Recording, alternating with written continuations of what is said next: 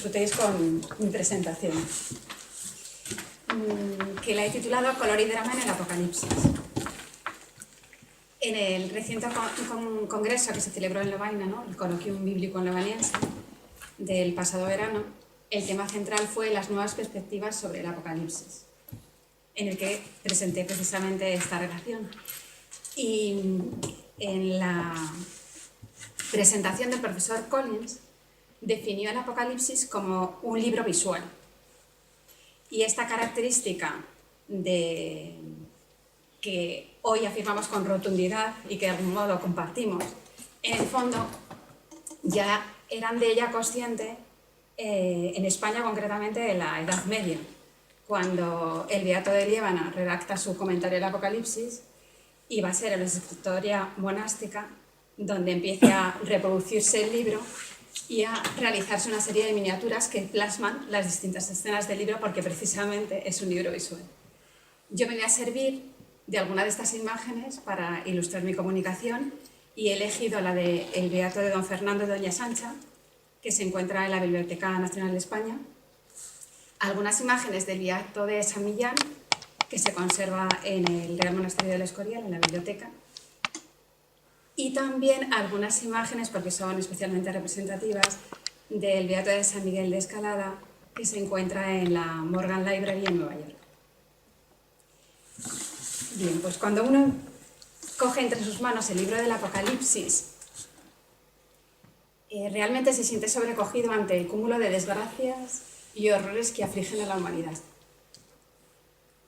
Y cuando lo lee, en el fondo percibe que de algún modo lo que está haciendo es contemplar esas escenas y ver ríos de sangre que cubren la tierra, la luna que se convierte en sangre.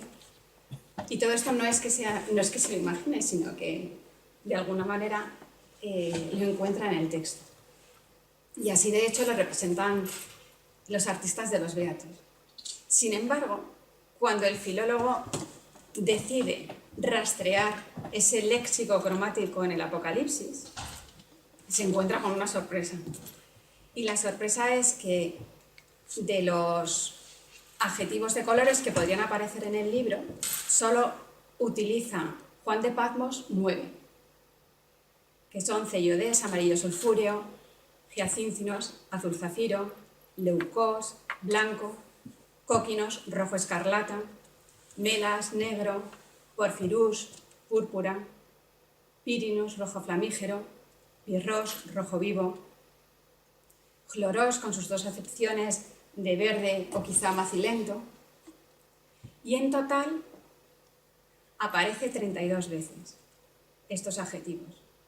Teniendo en cuenta el vocabulario o el léxico completo de la obra, realmente no podemos decir que el léxico cromático sea especialmente significativo dentro de la obra. Por tanto, es lógico preguntarse cuál es la segunda paleta cromática que está utilizando Juan de Patmos, porque de hecho es una realidad que percibimos el color cuando leemos el libro. Para responder a esta pregunta, voy a partir primero de unas premisas metodológicas que recogí en el libro que fue publicado precisamente aquí en el Consejo, gracias al grupo de Biblia, titulado El Apocalipsis, pautas literarias de lectura. En esta monografía parto de lo que la teoría de la literatura entiende por pautas de lectura, que son esas características que encontramos impresas en el texto porque el autor ha querido dotarle de esas características concretas para que se lea en una forma determinada. Entonces, ¿cuáles son esas pautas de lectura que imprime Juan de Patmos en el Apocalipsis? La primera es que busca transmitir fielmente a los siervos de Dios cuanto vio. Josaide. Esta pauta de lectura es de especial importancia porque Juan de Patmos se presenta como testigo ocular, es decir, no cuenta algo que se ha imaginado, sino algo que realmente ha visto. A nivel de estrategia literaria esto también va a tener su repercusión. ¿Por qué? Porque Juan de Patmos va a buscar no solo contar las visiones, sino procurar que el oyente lector sea capaz de visualizarlas. La segunda pauta de lectura es que Juan de Patmos escribe una obra que va a ser leída en voz alta, como bien explica en el versículo 3, donde nos dice: bienaventurado el que lee y los que escuchan, que en griego es ese anagignoskon, que lo que está diciendo es esa lectura en voz alta. De hecho, tenemos esta comunidad lectora que recibe el libro, o sea que Juan de Patmos es consciente que su libro va a ser recibido por vía oral. Y por último, vamos a estudiar el lenguaje cromático únicamente en la parte estrictamente narrativa de la obra, que es Apocalipsis 1, 9, 22, 5, que lo denomino el relato de las visiones y audiciones de Juan. Paso entonces ahora a responder a la pregunta inicial. ¿Cuál es la segunda paleta cromática que utiliza Juan de Patmos para impregnar sus escenas de color? Y la respuesta no es otra que un recurso que ya existía en la literatura en la antigüedad, que es el empleo de elementos de la naturaleza, o sea, lexemas nominales como puede ser el sol, la luna, las estrellas, el fuego, la sangre, que pueden denotar o connotar color. Esto ya fue percibido por los primeros teóricos del color, como Empédocles y el autor de Coloribus, y también por los propios autores de la Biblia hebrea. Todos tenemos en la cabeza las famosas palabras de Isaías, las he puesto en castellano, ¿no?, que dice: aunque vuestros pecados fuesen como la grana, quedarán blancos como la nieve. Aunque fuesen rojos como la púrpura, quedarán como la lana. En esta perícopa se ve muy bien, sobre todo en la segunda mitad, que el final no dice quedarán blancos como la lana. Igual que en la primera parte sí lo dice, ¿no?, expresamente quedarán blancos como la nieve, sin embargo al final no. Y está utilizando la lana. En este momento no está denotando propiamente el tejido, sino está aludiendo claramente al color. Teniendo en cuenta esto, pues hice un rastreo por el Apocalipsis buscando esos elementos de la naturaleza, esos lexemas nominales que denotaban o connotaban color. En total, no sé si lo veis bien porque yo no lo veo bien, que son 82 lexemas nominales diferentes que los he agrupado, ¿no?, en elementos primarios, astros y fenómenos atmosféricos, productos de la Tierra, si no estoy leyendo mal, ¿no?, productos manufacturados, metales, piedras preciosas y otros. En otros he englobado los que realmente no se adaptaban a ninguna de las otras clasificaciones, ¿no?, que es jaima, sangre, iris, que lo podemos traducir, en las traducciones españolas se oscila entre el arco iris, que en este caso esa traducción nos vendría muy bien para nuestro estudio, o simplemente podríamos traducirlo también como ese halo, halo que llevaban los seres sobrenaturales tanto en la literatura semítica como también en la literatura griega, ¿no?, en la literatura helenística. Luego tenemos distintas piedras preciosas, tenemos metales que de alguna manera connotan color, ¿no?, pues desde el bronce, el hierro, ¿no?, entre los productos manufacturados tenemos el aceite, el vino, no los voy a leer todos, ¿no? Productos de la tierra, pues tenemos desde un árbol la higuera, los astros tenemos las estrellas, el granizo, la luna. Entre los elementos primarios tenemos el fuego, creo que he puesto, ¿no? Es que aquí ya no se ve. El fuego, el cielo, la tierra, ¿no?, el mar, etc. Y en total aparece 208 veces. De alguna manera la cifra empieza a elevarse. Si además a esto le añadimos los lexemas verbales que están relacionados bien con adjetivos de color o con estos elementos de la naturaleza, también pueden expresar color. Por ejemplo, catacayo, abrasar, faino, alumbrar, camatitzo, arder, leucaino, blanquear. Entonces son 11 lexemas verbales que aparecen 21 veces. Ahora bien, lógicamente, al llegar a este punto surge una objeción y es, muy bien, pero no siempre los elementos de la naturaleza, cuando aparecen en un texto, están expresando color, ¿no? Por ejemplo, Pir aparece 26 veces, Thalassa también 26.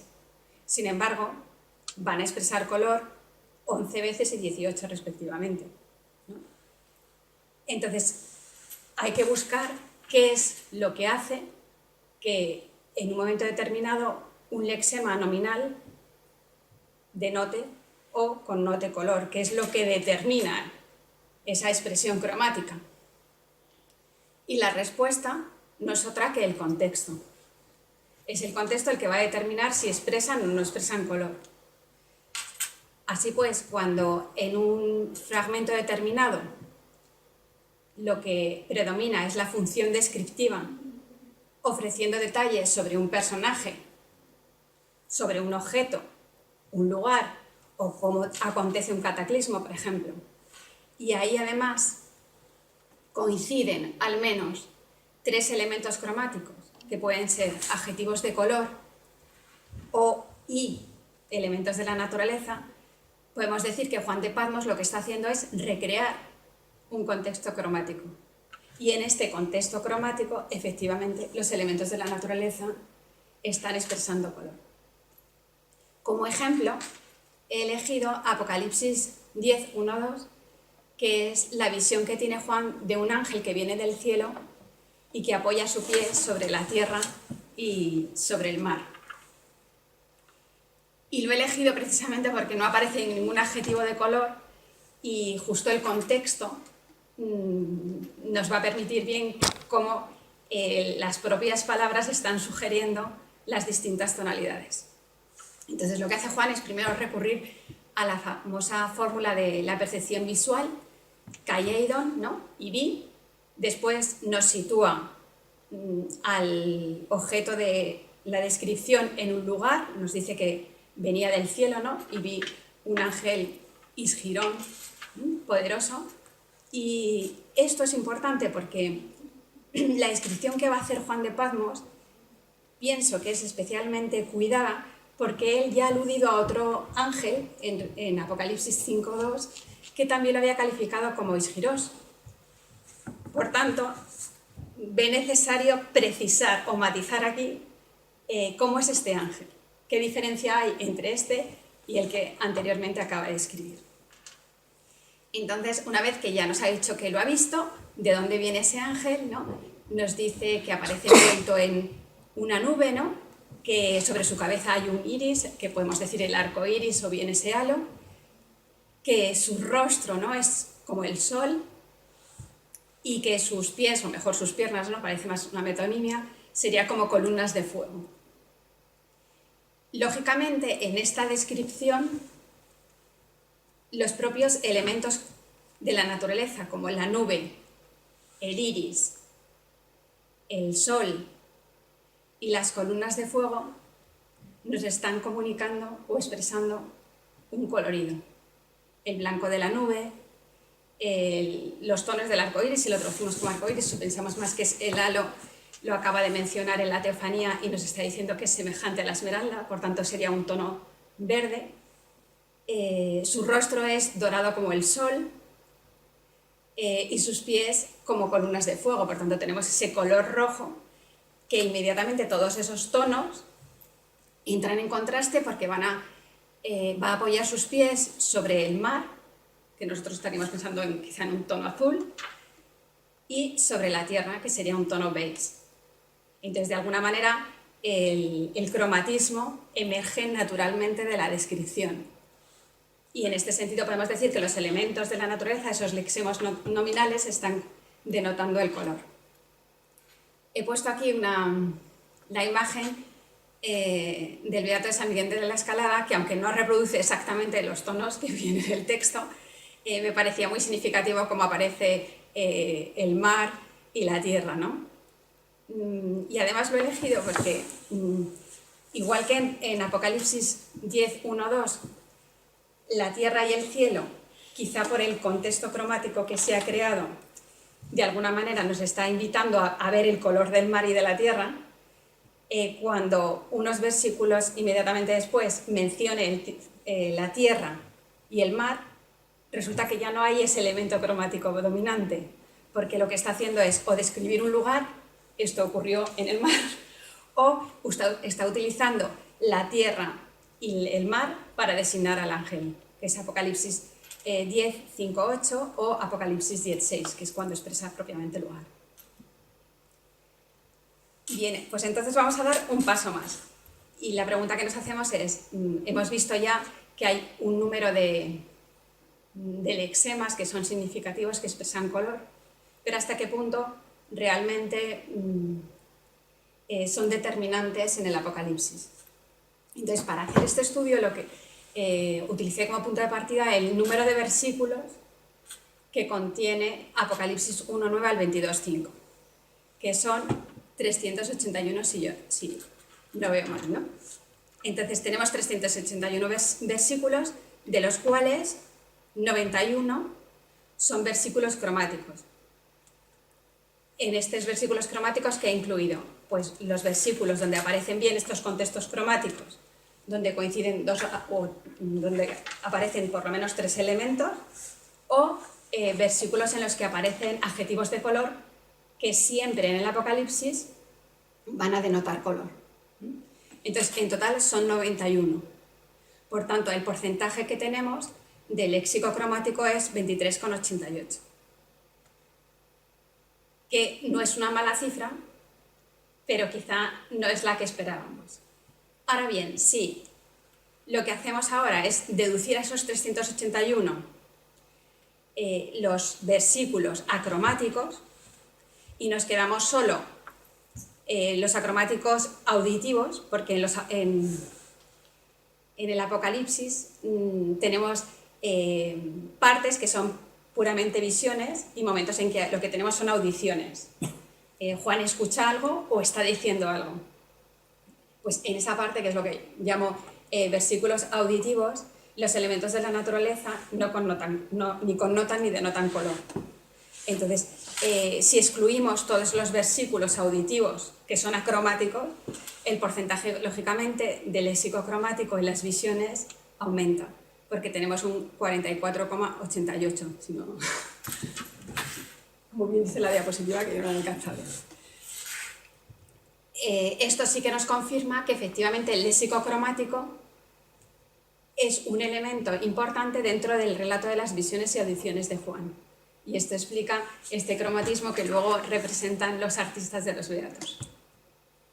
Ahora bien, ¿dónde aparece este lenguaje del color y con qué finalidad? Haciendo un estudio, podemos observar que el lenguaje del color es fluctuante en el relato.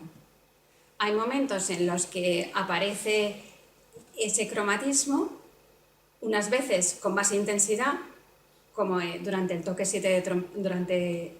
de las 7 trompetas, la caída de Babilonia o la visión de la Nueva Jerusalén, y otros momentos en los que el cromatismo disminuye. Lo he señalado así. Vale. Entonces, estos momentos de mayor intensidad cromática van precedidos de otros donde también se produce una cierta intensidad de color. Sin embargo, hay otros en los que el color está totalmente ausente, como es en el capítulo 5 o en el capítulo 13. Y otros donde juega un papel más o menos representativo, que esto corresponde precisamente a las visiones. Entonces, lo que vamos a hacer ahora es intentar explicar qué función, por tanto, tiene el lenguaje del color en las visiones y en la parte del relato que constituye el clímax, donde se produce esa concentración de elementos cromáticos. Entonces, ¿qué sucede en las visiones? Pues la primera pregunta que nos hacemos es ¿por qué utiliza el lenguaje de color en algunas visiones concretas? Porque no aparecen en todas y no se utiliza el color siempre para describir a un personaje. El color lo encontramos en la primera visión de Juan, que es cuando contempla a Jesús resucitado. Lo volvemos a encontrar en la teofanía y ya no volvemos a encontrar este lenguaje hasta que nos describe al ángel que hemos comentado antes, nos describa el signo de la mujer o a Jesús sentado sobre una nube. Entonces, ¿por qué utiliza el color aquí? O sea, ¿qué está pretendiendo Juan de Patmos? ¿Cuál es la finalidad? Entonces, si recordarán, al principio de la exposición hemos dicho que una de las pautas de lectura era que Juan buscaba transmitir fielmente lo que había visto, ¿no? que él era el testigo ocular. Y además insiste tanto en esto que al final del rato vuelve a decir, esto es verdad porque esto es lo que yo he visto y he oído, en el capítulo 22, ¿no? Entonces, si viéramos visión por visión, en todas está presente la luz, ¿no? Cuando en la visión de Cristo resucitado habla de los 7 candelabros, en la teofanía nos dice también las lámparas, ¿no? Entonces, si hay luz, necesariamente percibimos el color, porque cuando el color se hace posible gracias a la luz. Entonces, como lo que está diciendo es que él lo ha visto y es verdad, la manera de ratificar o de subrayar que está viendo y que no es lo que describe, no es fruto de su imaginación o es un sueño, es introducir el color, porque el color es condición de realidad. Entonces, es una estrategia literaria que en el fondo lo que le ayuda es a subrayar el realismo de lo que está contando o la veracidad de lo que cuenta. Por otra parte, el color, la gama de colores que utilizan estas visiones es muy distinta a la que vamos ahora a ver en el clímax. Ante lo cual, en el relato lo que vamos a tener es un alternarse de gamas cromáticas diferentes. Entonces, los colores que aparecen en estas visiones, lo que ayudan en el fondo es a relajar al oyente, lector, cuando está escuchando, porque son colores suaves y que de alguna manera lo que transmiten es paz. Entonces, ¿qué pasa? Que la descripción del ángel y de la mujer suceden después de que han ocurrido una serie de castigos y han aparecido lo que podríamos llamar los colores del final. Y sin embargo aquí la gama cromática nos la va a cambiar. Con la visión de Jesús sobre la nube, lo que sucede es, lo que va a hacer ese juego de colores es anunciar el castigo que se va a infligir después. Pero en cualquier caso lo que está produciendo es una cierta relajación en el oyente lector. ¿Cuál es la gama de colores que utilizan? El primer color que irrumpe en escena es el adjetivo leukos, blanco, con el que se describe a Cristo resucitado. Curiosamente, esto no nos da tiempo a verlo con detalle, pero todos los personajes o todos los objetos relacionados con el Cordero van a ser descritos con leukos.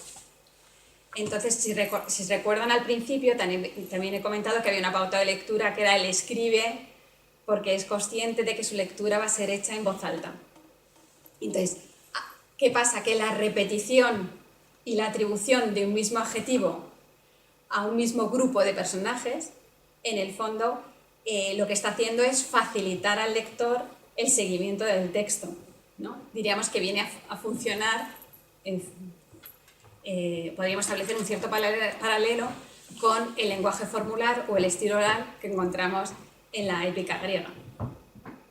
Los colores, sin embargo, de los enemigos del Cordero serán los tonos rojos. De esta manera establece la posición. Otro color que encontramos en las visiones es Jesús, este dorado, que es curioso porque el autor del Apocalipsis utiliza 3 lexemas diferentes para referirse al oro, 2 lexemas nominales, y aquí tenemos el adjetivo, porque precisamente el adjetivo, que aparece 15 veces, pues 14 lo utiliza para referirse a los objetos de culto o a las prendas de las personas que van a participar en un acto de culto. Entonces, de alguna manera, acaba siendo el color propio del contexto litúrgico. También encontramos como elemento cromático el fuego, pir, y es tanto en la mirada de Jesús, como en sus pies, como en las lámparas que iluminan el trono de Dios, y también hemos mencionado las piernas del ángel. Sin embargo, cuando llegamos a este punto, a mí me surgió una pregunta, ¿no? Porque hemos dicho que desde el punto de vista de la oralidad intenta atribuir una serie de tonos específicos a los personajes. Y pensaba, ¿y por qué el fuego, que es el elemento cromático por excelencia, ahora veremos, del clímax y de la destrucción, se hace presente también aquí? Y a la conclusión a la que llegué es que todo el libro lo que intenta Juan es transmitir un mensaje teológico. En mi opinión, recurre justo a la imagen para facilitar, de alguna manera, el captar ese mensaje. El lenguaje del color también lo utiliza en esa medida. Entonces,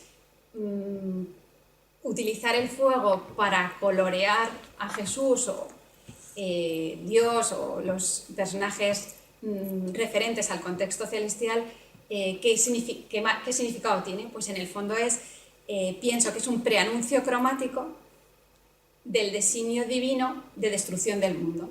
O sea, es como decir, ese fuego que es abrasador y que va a destruir la humanidad forma parte de ese proyecto de Dios sobre la humanidad. No ocurre nada a la humanidad que no esté bajo los ojos de Dios. Es la forma cromática de transmitir un mensaje.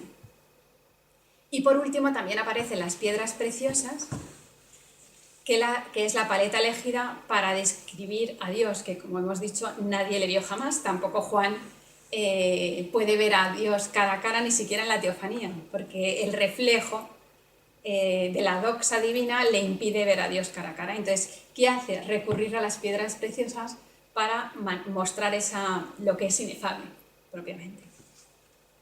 Pasamos pues a explicar cuál es la función del color en el clímax y empezamos por los 7 sellos. Los 7 sellos es un episodio del relato, en mi opinión, muy interesante, y yo pienso que Juan lo trabaja mucho.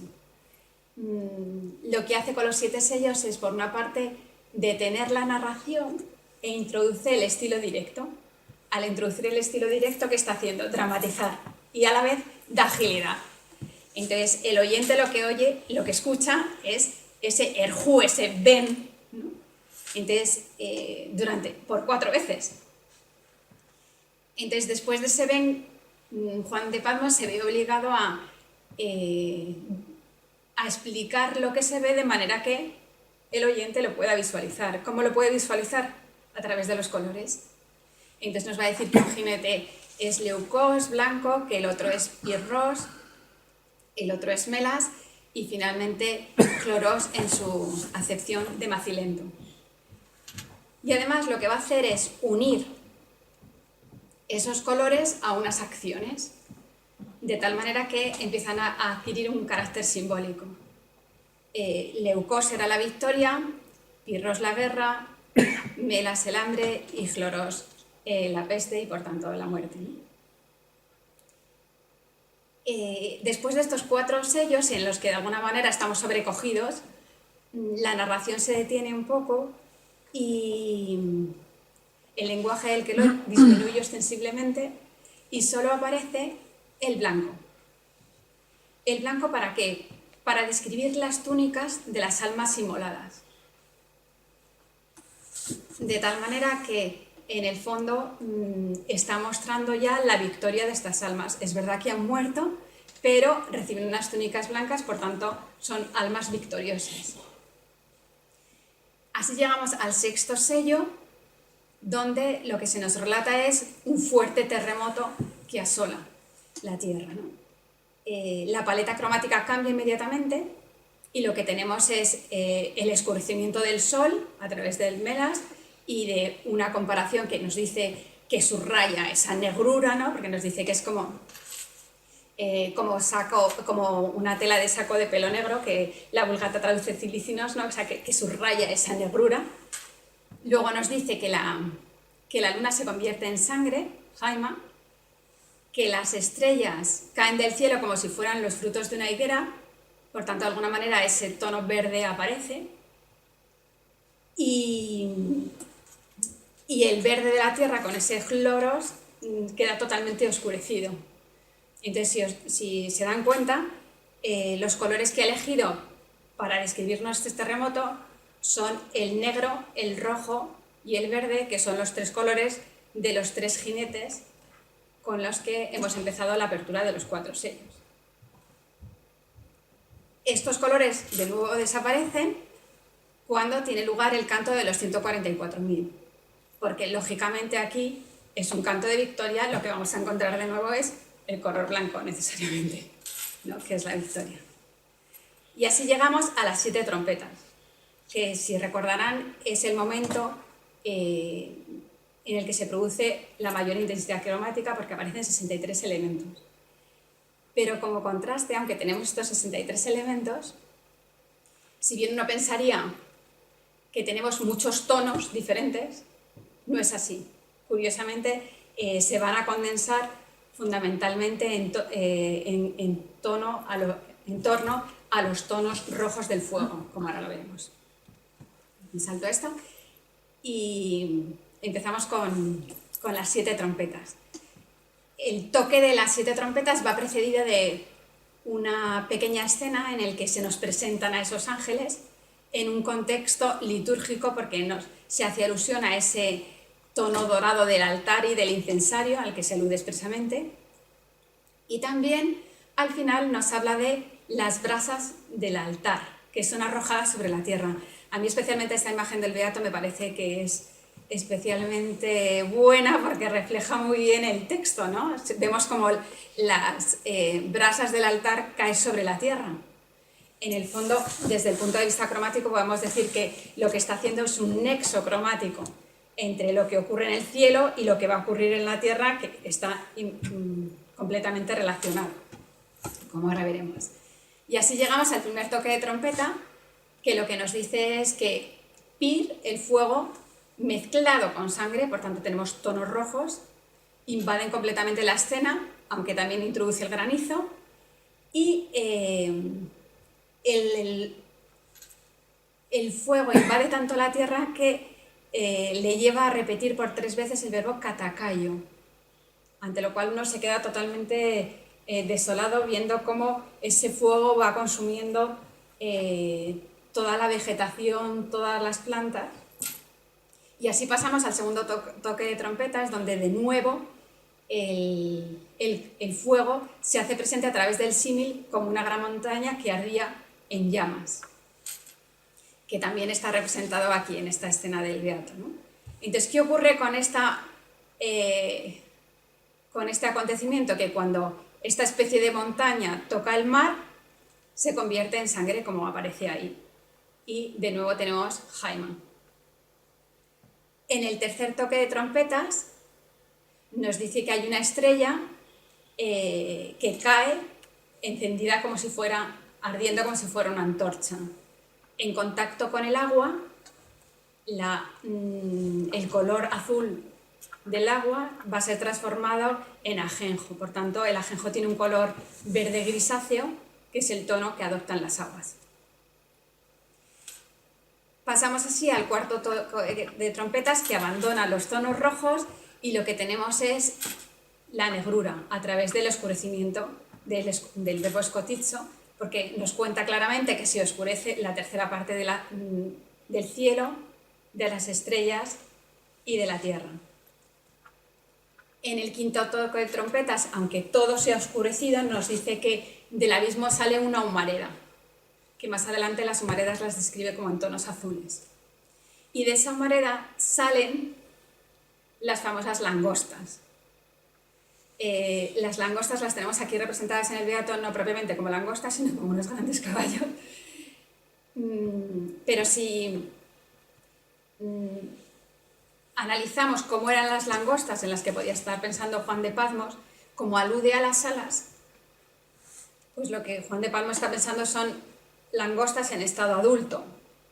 Las langostas en estado adulto eran de color rojo con lunares negros en las alas. Y ese es el color que va a invadir, por tanto, la Tierra.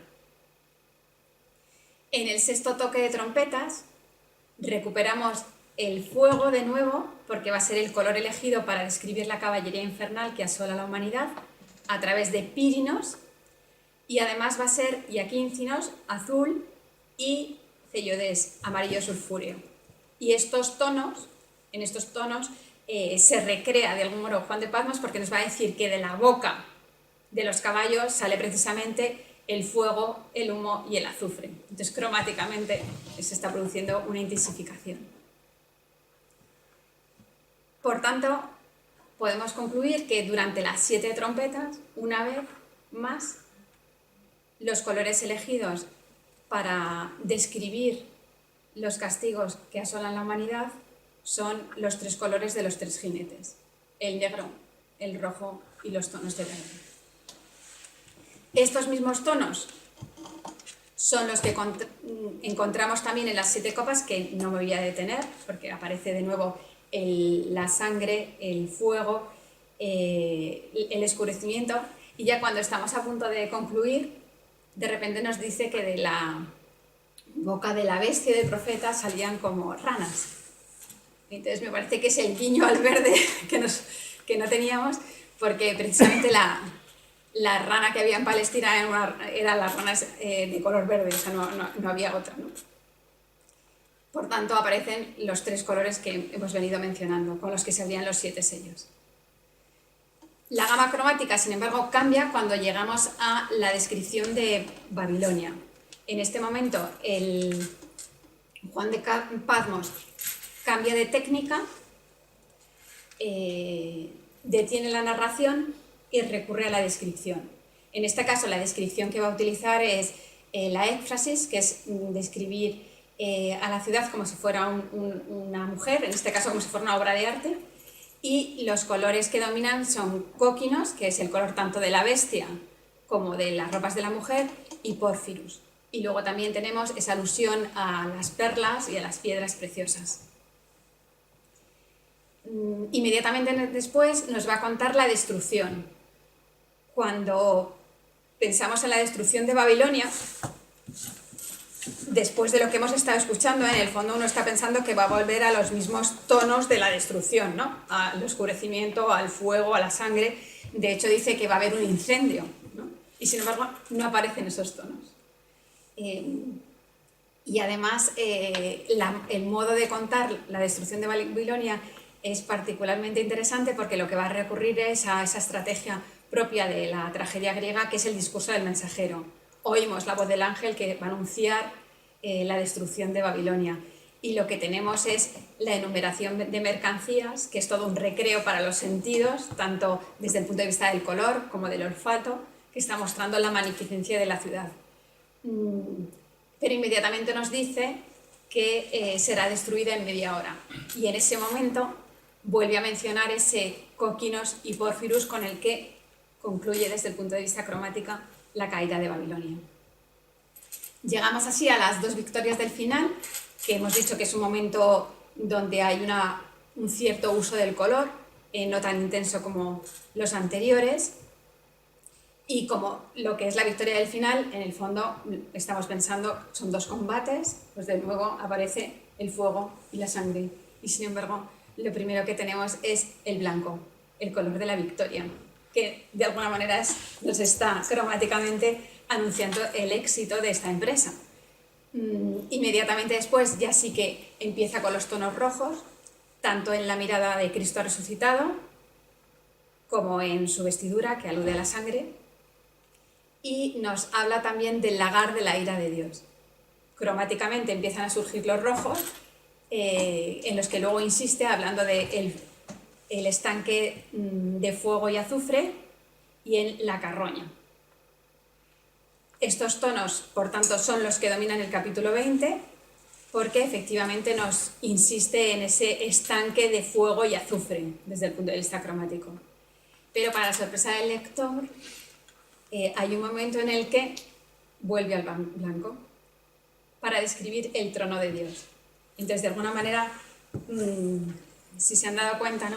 Leucos es el color con que se inicia el Apocalipsis y Leucos es el color con el que prácticamente se cierran los castigos, marcando así el triunfo.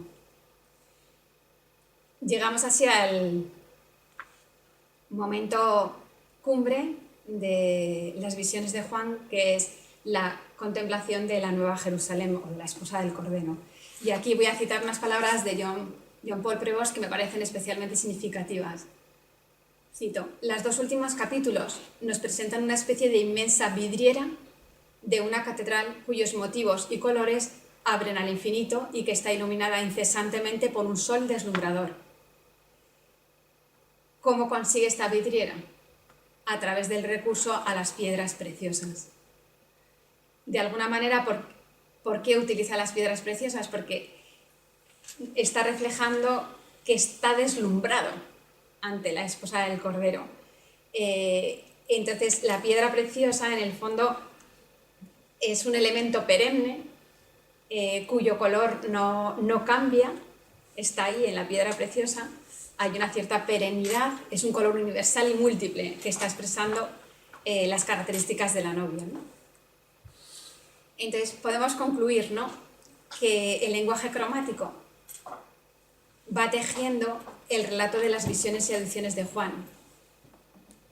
El lenguaje del color expresa el drama, como hemos ido viendo, pero también la victoria. Expresa la caducidad del tiempo y al mismo tiempo la eternidad, por lo que podemos concluir que el Apocalipsis no es solo el relato de las visiones y audiciones de Juan, sino que es una historia cromática. Muchas gracias por su atención. Claro, yo he visto una cosa, tú nos vas dando los nombres de los colores en griego y luego vamos viendo lo de los beatos que están en latín. Sí. Habría sido interesante ver también cómo aparecen en los beatos latinos esos nombres de colores, puesto que son esos con los que trabajan los ilustradores. Sí, por supuesto. Los iluminadores. Sí, iluminadores, sí. Eso es. ¿No? Entonces, habría sido interesante ver el latín también. No, en el fondo lo que quiero hacer es un estudio comparativo de cuál es el lenguaje del color en el texto griego y cuál es el lenguaje del color en los beatos. Estoy seguro que habrá variaciones en la percepción del color, muchas, seguro. Muchas, ¿no? Sí, yo pienso que sí. De todos modos, yo pienso que también el artista reinterpreta. Pero por las imágenes que hemos ido viendo, realmente... Pero es bastante fiel. Por lo menos en la sección de los de las 7 trompetas, por ejemplo, es muy fiel al texto. O sea, yo he elegido las imágenes, digo, porque en el fondo tenemos el texto de la imagen, ¿no? No está reinventando. Entonces sí, o sea, es uno de los temas pendientes para estudiar. Sí, muchas gracias. Que conozco tiene también las mismas imágenes, pero un poco más mate, que es menos... Eso se debe a que el escritorio donde se hizo era menos rico o menos... O sea, que los colores son menos vivos, parece. Sí. O sea, sí, se sigue manteniendo la misma... Creo que no puedo responder bien a la pregunta porque no lo he estudiado en profundidad. ¿Vale? Sé que... O sea, cuando, por ejemplo, uno accede a través de la web a las imágenes, en la Morgan Library, por ejemplo, lo que hacen es... O sea, tienes dos posibilidades de contemplar la imagen. Puedes verla con el color como muy vivo o con el color matizado. Entonces, yo siempre me he preguntado, realmente, ¿cómo sería? ¿Cuál es el original? ¿No? Porque nosotros lo vemos con el paso del tiempo, o sea, hasta qué punto es deterioro, hasta qué punto es que hay razones dentro de la escritoria que llevaban a utilizar otro tipo de tonos, sí, como más suaves. Sí, porque los temas son los mismos. La temática es la misma. El beato de Gerona pues es distinto del beato de... ¿no? Y no sabes si es la capacidad o riqueza del mismo iluminador. Y lo mismo que- iluminador. O la vista incluso del iluminador. También. También, Puede también. ser que él ve los colores de una forma diferente. Diferente, sí, porque sí, en el arte también es lo que el artista contempla, ¿no? No solo lo objetivo de lo que se ve, sino lo que él percibe y lo que él quiere reflejar. Hay una parte ahí que se nos escapa, ¿verdad? Pero también, como toda la Biblia, o por lo menos mucha parte de Septuaginta, el color, las piedras preciosas, aparecen pues en todas partes, quiero decir, desde el Éxodo, todas las vestiduras, en el libro de los Reyes, bueno, Samuel, todo lo que quieras, hay en Esther, o sea, ya se extiende el sentido del... Y yo creo que no está muy definido el color. Ah, no, pero claro, el problema que tenemos nosotros es que la gama, primero, que la gama cromática no coincide. No, Segundo, que cada término griego, por lo menos en el Nuevo Testamento, se refiere a una gama de colores amplia. O sea que un mismo término designa varios colores o distintos o dentro del mismo una gama. Por ejemplo, en Porphyros el problema que tenemos Sí, claro. es que puede ser desde, como lo que está aludiendo es a la tela púrpura, según el tinte o cómo se había hecho el proceso de la tintada, podía ser desde rojo púrpura hasta violeta, casi morado. O sea, Claro. entonces dices, cuando ellos lo están nombrando, realmente, ¿en ¿A qué qué se tono refiere? están pensando? ¿En qué Claro, tono están pensando? esa es la pregunta. Y esa es la dificultad. Y lo mismo pasa, la identificación de las piedras Preciosas tenemos el mismo preciosas, problema. pues a veces no se sabe qué No. son. En Ezequiel, por ejemplo, que tiene también una cantidad Sí, o sea, no sabemos realmente de símiles. qué piedras se refieren y realmente el color en el que están pensando. Sí, esa es la dificultad.